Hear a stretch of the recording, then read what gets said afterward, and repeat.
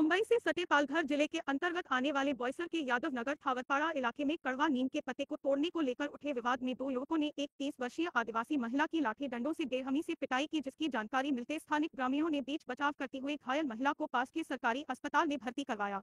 दरअसल पीड़िता के 12 वर्षीय बेटे को एक गहरा जख्म होने के कारण वह कड़वा नीम का पत्ता तोड़ने गई हुई थी, जिसका पेड़ ड्रीम सिटी बिल्डिंग के परिसर में होने से बिल्डिंग निवासी और दबंग नेता आलम चौधरी के दोनों बेटे शाह और जफर ने पीड़िता को आपत्तिजनक गालियां देते हुए उसके साथ मारपीट की, जिसके बाद स्थानीय ग्रामीणों ने इस मामले की जानकारी बोईसर पुलिस को दी और बोईसर पुलिस के अधिकारी भगवंत चौधरी ने मामले की गंभीरता को समझते हुए पीड़ित महिला की शिकायत पर दोनों युवकों पर विनय भंग, धमकी देने और मारपीट करने की कई धाराओं के साथ शाह आलम चौधरी और जफर आलम चौधरी के खिलाफ मामला दर्ज करके आगे की कार्यवाही में जुट गई है। जिसके बाद आलम चौधरी के समर्थकों ने इस मामले को दबाने की कोशिश करते हुए रिपोर्टिंग करने गए संवाददाता और बोईसर पुलिस पर दबाव बनाने की कोशिश करने लगे। हालांकि पुलिस ने महिला को न्याय दिलाने की कोशिश में जुट गई है। ब्यूरो रिपोर्ट, पालघर जिला। माझं नाव दया मोर्या। माझ्या शेती आरोप केला, मारामारी केली। दोघी भावांनी येऊन मी गेलेली पानं तोडायला निंब्याची, पोराला घ्यायला सकाळी 9 वाजता घरी येऊन मला मारलं।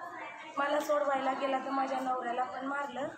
घरी येऊन माझं नवऱ्याचं आणि माझ्याकडे अतिक्रम केली। मी आदिवासी बाई, 4 मुलं आहेत माझी, जंगलात राहते मी गरीब माणूस। माझ्याकडे येऊन ये लोक घरी येऊन मला मारलं। जुमेद आहे आणि एक त्याचा लहान भाऊ आहे, नाव मला नाही माहिती। आलम आहे आणि जुमेद आहे। ते दोघे भाऊ येऊन आमच्या घरी मला मारून गेले। निंबड्याचे झाडे मला दांड्याने मारले। मार लागलाय, मला दुखतो। माझी 4 पोरं आहेत। किती जणांनी मारलं तुला? दांड्याने मारलं, मला काठीने मारलं। कुठे कुठे मारलं? मला जांगीला मारलंय, खांद्यात मारलंय, हाताला मारलंय। हात काम नाही करत माझा, मला एवढी मार मारली। हे इकडे मारले, माझ्या हात टाकली, मॅक्सीची बटणं तुटली, ही माझ्या हाताला लागलं। ही एवढी मार लागली। ही जांगीला मारली, माझ्या नवऱ्याने पण मला कधी मारलं।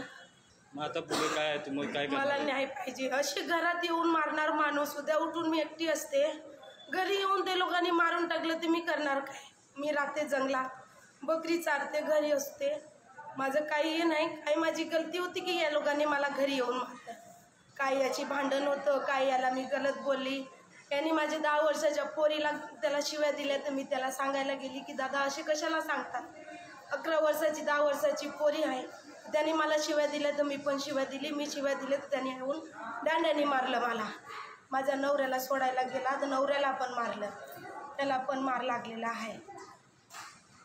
पोलीस स्टेशनला न्याय पाहिजे। माझ्याकडे पैसे नाही, मी गरीब माणूस, मला न्याय पाहिजे की असे महिलावरती तुम्ही घरी येऊन मारतात। उद्या उठून मी एकटी असते, नवरा गाडीला असतो, मारून गेलं तर माझी 4 लहान लहान पोरं काय करणार?